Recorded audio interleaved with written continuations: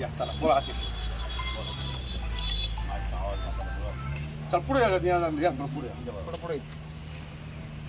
आज या ठिकाणी अनेक वर्षापासून आमची मागणी चालू आहे का प्रधानमंत्रींनी जो गाडी चालू केलेली वंदे मातरम हे वंदे भारत हे ठिकाणी बेलापूर कोनसामध्ये श्रीरामपूर हे ठिकाणी ती गाडी थांबायला पाहिजे.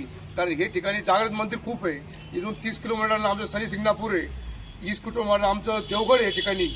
तसंच आमचं खूप जागृत मंदिर राम मंदिर हे ठिकाणी. इथं अजून 25 किलोमीटर शिर्डी आहे. तर अनेक जो लोक जे येतात दर्शनाला हे ठिकाणी गाडी थांबल्यामुळं बाकी लोकांचे दर्शन होणार. आणि माझं म्हणणं जो मागणी प्रधानमंत्र्यांनी केलेली तुम्हाला थांबायला काही अडचण नाही. आणि खूप मोठे मोठे व्यापारी लोक बी इथं त्यांची सुद्धा इथं कुसुमारपणा होती. आणि इथे मोठे कॉलेज बी हरियाणा पंजाब इथं मुलं काही शिकायला आहे. त्या लोकांचं सुद्धा चांगलं गाडी थांबल्यामुळं त्या लोकांचं सुद्धा चांगलं होईल. तसंच हे ठिकाणी आमच्या मेन मध्ये बस स्टँड सुद्धा जवळ आहे.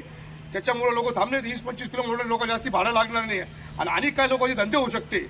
आणि तसंच आमची दुसरी सुद्धा एक मागणी होती. हे ठिकाणी पॅसेंजर सुद्धा बंद झालेली.